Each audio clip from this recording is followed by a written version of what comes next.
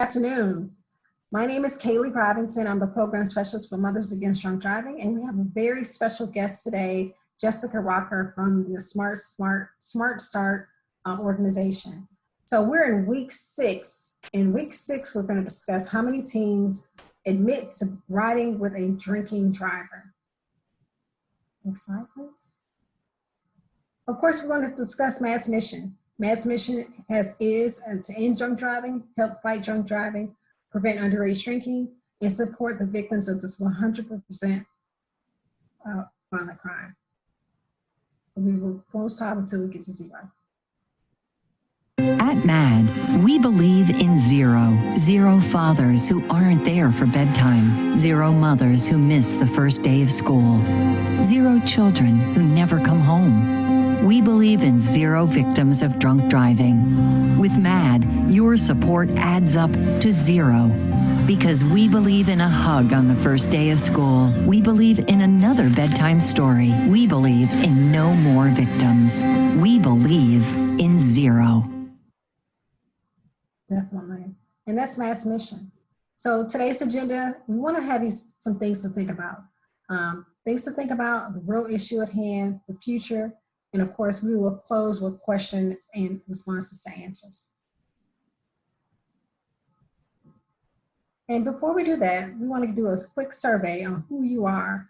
And of course, if you can answer those questions, please.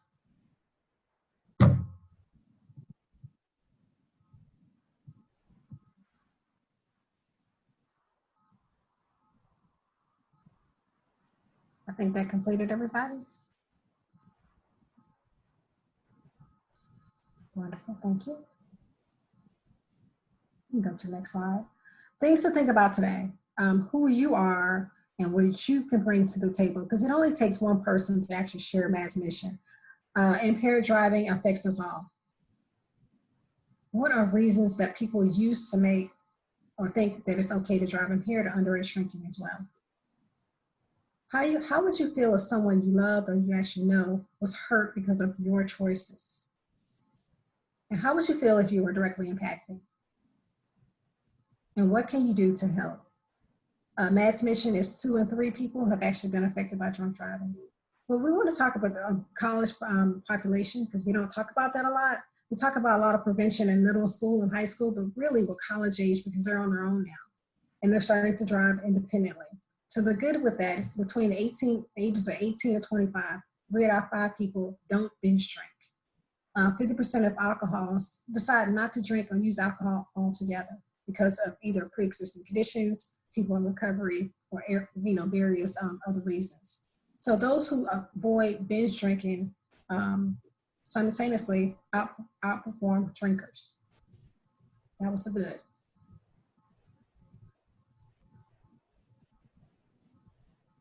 The bad. About almost 700,000 students between the ages of 18 and 24 were assaulted by another drinking student. 1 in 4 students reported academic consequences from drinking between classes, behind their bad in school, and of course, they're missing papers and assignments. The real truth, the ugly truth about it, with college consumption is 1,800 on average. By 1,800, college students between the ages of 18 to 25 die from alcohol-related causes. And that's a real issue. So we want to talk statistics here, numbers here. These are national statistics, okay? Overall, drug and alcohol fatalities are at almost 1,100. We want to bring those numbers down. That's why we do this prevention presentation, because we want to know, if you know, those almost 11,000 people that have unfortunately fallen into fatalities with underage drinking and drug drinking as well.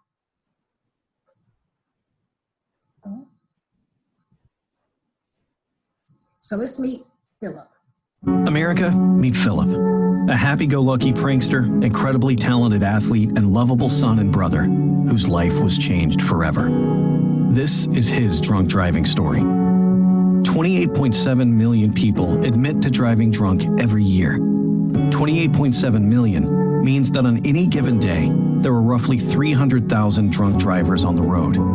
Thankfully, 1.1 million are caught and arrested, roughly 3,200 a day. But even with those arrests, there were still 296,800 drunk drivers on the road each day.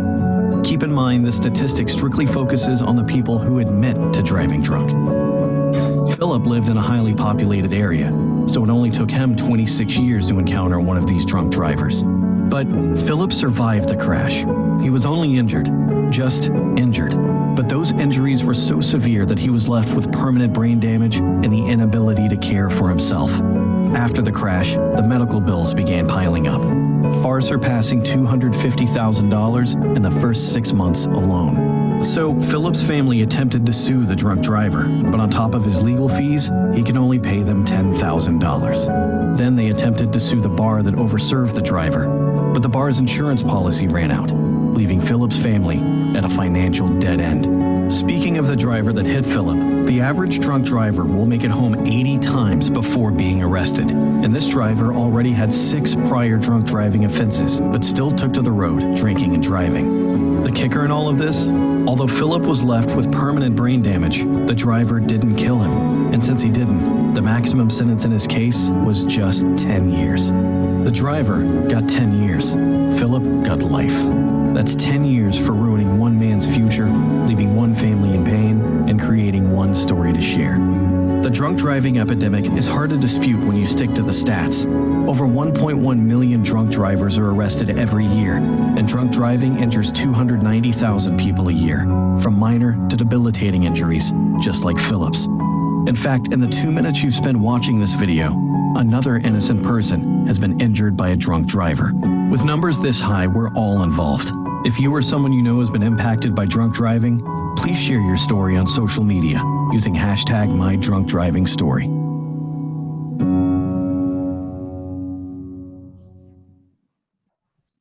A really moving story. And so we really usually respond to people that have fatalities, but this is an injury that he will deal with for the rest of his life. So in response to his story, let's just say his name in response to give him strength and encouragement in unison. Philip. Thank you. Philip.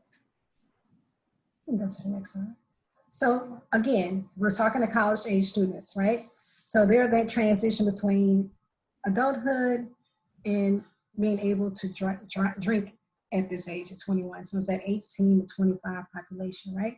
So we want to let them know that number one, 18 is not the legal drinking age until you become 21. And at 21, you want to have alternate transportation once you actually decide to drink. So don't drink at all, you know? You don't have to have alcohol involved in good time. If you're over 21, make a plan ahead of time or choose a designated sober driver. And if you're over 21, again, using an alternate transportation, Uber, Lyft, taxi, always get you home, and have a buddy system. So that person says, well, you know what? If you're over 21, I'm going to be the sober driver, or I'm not going to drink, and we'll take care of each other.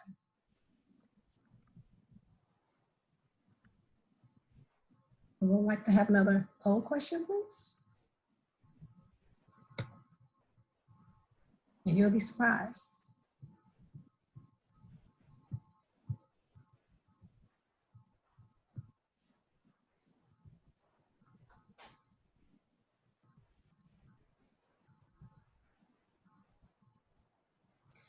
We were showing these results because we want to let everybody understand that people are choosing to say, I'm not going to get in a car with somebody that has been drinking. So we're encouraging young people to use their voices and say, well, there's alternate transportation to getting us home. Thank you. And of course, I'd like to introduce you to my co-speaker today, Jessica Rocker. Well, first, I'd like to say thank you to Mad Georgia for having me on the call today. We share your mission in No More Victims and supporting a community that is safe without drinking and driving. I work for Smart Start LLC. We are based out of Texas, Grapevine, Texas. We have a national partnership with MAD to improve ignition interlock laws in various states through the Coalition of Ignition Interlock Manufacturers, which is a consortium of various interlock manufacturers that work with various states to improve the law. Smart Start has been in business for 26 years plus. We started as an ignition interlock device company, which you may hear me refer to as IID throughout this presentation, who had a farmhand who was drinking while operating farm equipment. And the owners then pursued the business of ignition interlocks to prevent people from starting their cars and driving while consuming alcohol. They recognized the need for the device to prevent that and move forward. Initially, interlocks only kept you from starting your car after drinking, just as we advanced in technology and realized the need to continue to make sure people did not drink while driving. So now interlocks have something called a rolling retest, and it gives you 6 minutes. That's pretty much the industry standard, where someone can pull over off the side of the road and take a alcohol test with a fuel cell. And you see that's what an interlock looks like. And this is what the interlock, it's about the size of your hand. It's very easy to blow into, pretty discreet, you know. So it comes on a curly cord, which is like a cord that you would charge your phone on. And it still allows that person to be accountable. And laws are separate in each state in terms of the conditions and the parameters surrounding ignition interlock. Next slide, please. So this is a video where I represented the Coalition of Ignition Interlock Manufacturers at the Georgia State Capitol, and I was there with Frank Harris, who is the Legislative Affairs Director for MAD National. And we can just play this video and see how interlocks work. My name is Jessica Rocker, and we are at the State Capitol in Georgia today. I am representing the Coalition of Ignition Interlock Manufacturers, and I am going to demo a ignition interlock device for you today. So we're going to attempt to start our car, and nothing is starting. The interlock is requesting that I have a test. It says blow. I'm going to blow.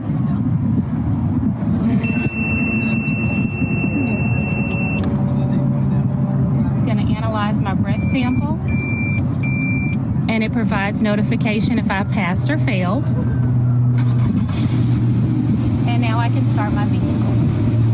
So what happens after are you prompted to turn it, blow the device again after you start it? So interlocks have rolling retest, where they require test every 15 to 45 minutes once you start driving. Mm-hmm. And here in Georgia, what are ignition interlocks are just required for repeat offenders and optional for first offenders? That's correct. They're required on a second offense after a 120-day hard suspension, and you can opt in if you skip your ALS hearing on a first offense. Okay. And let's see, and then, you know, does this come with a camera too? So cameras are available. All right. If legislators require it, but it's a great accountability tool to make sure that the individual who's blowing in the device is the individual that is sanctioned for the interlock. Okay, excellent. All right, well, thank you. Thank you. So that was just a demonstration about how the interlock works. Currently, 35 states and DC require interlocks for all offenders. There are various components of the interlock. In Georgia, for you to be under 21, it has to be a second offense or higher with judicial discretion for interlocks. They're not eligible for the first offender option. The first offender option, you have to be over 21. We do have voluntary programs throughout our various states where individuals can put their teens or new drivers on interlocks or put interlocks in their car just to make sure as a preventable measure, or for people, for family cases and that just want to establish records of sobriety. We just feel like the interlock is the tool to continue to keep the road safe and continue to have people use alcohol responsibly. So this is the interlock law for the first offense. Again, it's an option. When I mentioned the ALS hearing, that's the administrative license suspension hearing, and you have to waive your right to that in order to opt into the interlock. On the second offense, you are required to get the interlock after 120 days of hard suspension after your conviction. And interlocks can also be ordered again based on judicial discretion with the new law that we've had passed. And so it's been into effect about a year. But with that, judges can order modems where you can be instantly notified if someone violates, if someone blows into the device with alcohol. And that is something that's being used in 4 counties actually in New York, where if you have a camera and a modem, it's required in those counties. And if someone blows in alcohol, we report to the 911 agency and they get the GPS coordinates of that person. So we do take it very seriously, and we try to help our highways stay safe across America and beyond. Next slide. Actually, I have a question. Uh-huh. Now, is that any alcohol sensed through the interlock, or is it a percentage? So the interlock's threshold is 0.025 and above will register alcohol. And again, these are for offenders. Yes, that's correct. Okay. Now, again, I said you can do voluntary.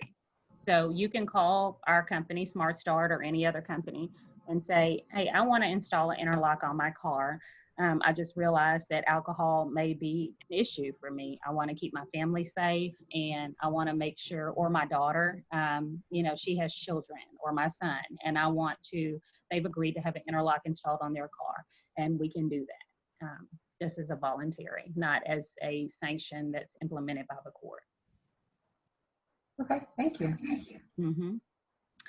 So need to be monitored for alcohol and you're not driving, we can help. So Smart Start also, we started with the interlock business, but we also have developed other product offerings, including this lovely device, which is called a breath check. It's a small PVT. It comes with an app, which you'll see the gentleman, he's out casually just taking his test. Probation can use it, law offices use it. Various companies can use it just to make sure, like CDL drivers, you know, just a broad spectrum of companies who maybe want to keep their people accountable. College athletes who are on with the funding, scholarship, I'm sorry, I couldn't get it, but college athletes who want to maintain their scholarship, who have had maybe an issue with alcohol, or, you know, want to establish that record of sobriety. This is an easy way to do so, and it's $2 a day and $100 for the device. And so this is also something that we've been able to use in COVID as a contactless alcohol monitoring device, because it doesn't have to be installed. It doesn't go with a car. It goes with a person and a smartphone, and it's very affordable. And whoever is monitoring that person, whether it's a court or probation or whomever, or a college, you know, organization, they can do tests randomly, or they can schedule the test. And the app can tell the user it's their next test, or the app will just pop up with a random test. So it's been very convenient and very helpful, again, and it's drop shipped to students or to people with DUIs, and it's a really good alcohol monitoring tool for anyone during this time, and it doesn't have to be installed on your car or affixed to your body or anything like that. Next slide. So again, to maintain scholarships, maintain employment, and establish a record of sobriety, that is what our breath check does. And you see the app there, he's looking, it has facial detection. So it recognizes the face, and it also allows the video to record the face. So it can't be circumvented by holding up a picture of someone, if you will, you know. It makes sure that it records the person. And then I also have the smart mobile device that was featured on the other slide there. One moment. And this is the smart mobile. So it's a little bit larger, but this we can use in rural areas. It's not tied to your cell phone. So a person can't say, I don't have service or things like that, because this will store data in our system for 5 days in this little unit until it gets to a cell tower. So if you have people who are traveling to rural areas daily, as soon as they get back onto a highway or anywhere with the nearest cell tower, it will ping the results back to our system. So, and if you know anyone, you or anyone you know wants to be monitored for alcohol consumption and be transparent about addiction to alcohol, we can help. We work with treatment centers and courts and other agencies daily to maintain sobriety. And there's our telephone number and our web link. If you have any other questions, you can contact us. Thank you so much, Jessica. Yeah, I know we've been working together in the community, and for us to have true partnerships, because we have the victim impact panel classes, you know, for people that either have some type of I guess. Sanction or scenario. Thank you. Yeah. And then we have the people that are on their way to treatment. So it's kind of one of those in between resources that we can provide for the community. And so this is a national partnership, and we really do appreciate you doing this presentation today. Yeah, thank you for having me. I always enjoy working with you guys. I remember when I started working and meeting the families, how impacting that was in my career with Smart Start, to hear the victim advocates and those that have been affected by drinking and driving. And, for those people to be brave enough to share their pain and share their story to help hopefully prevent the next injury or death is amazing and very commendable. So thank you both for having me. No problem. We'll continue this till we get to 0. Yes, ma'am, we will. All right. If there's any other questions, again, Smart Start is available, and of course, Mothers Against Drunk Driving will help the community, and we help every 2 to 3 minutes. We get a national phone call from somebody who has been affected. Thank you. All right. Thank you, ladies. All right. Take care. Be safe. Bye.